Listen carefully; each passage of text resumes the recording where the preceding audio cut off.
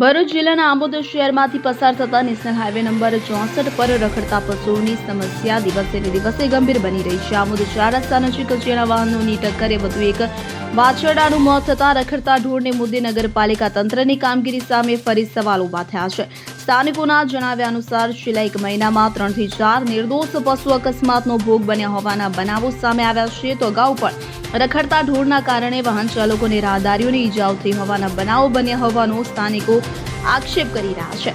National highway 64 પર દિન રાત વાહનોની અવરજવર સતત રહે છે અને આવા વ્યસ્ત માર્ગ પર રખડતા ઢોર અચાનક વાહનોની સામે આવી જતા ગંભીર અકસ્માતનું જોખમ ઊભું થાય છે। તો ખાસ કરીને રાત્રિના સમયે રસ્તા પર બેઠેલા કે ફરતા પશુઓ વાહન ચાલકો માટે જીવલેણ સાબિત થઈ શકે છે।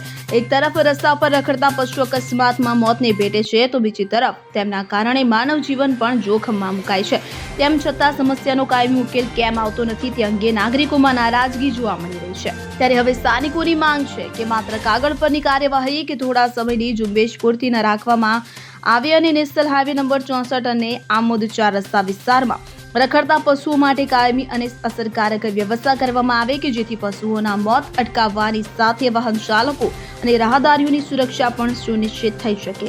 રંગુની જાકેટ સાથે ભરૂચ। હવે જુઓ દેશ દુનિયાની તમામ ખબરો તમારી આંગળીના ટેરવે। ઉઠાવો મોબાઈલ અને ગૂગલ પ્લે સ્ટોર પરથી ડાઉનલોડ કરો અમારી CN24 ન્યૂઝ મોબાઈલ એપ।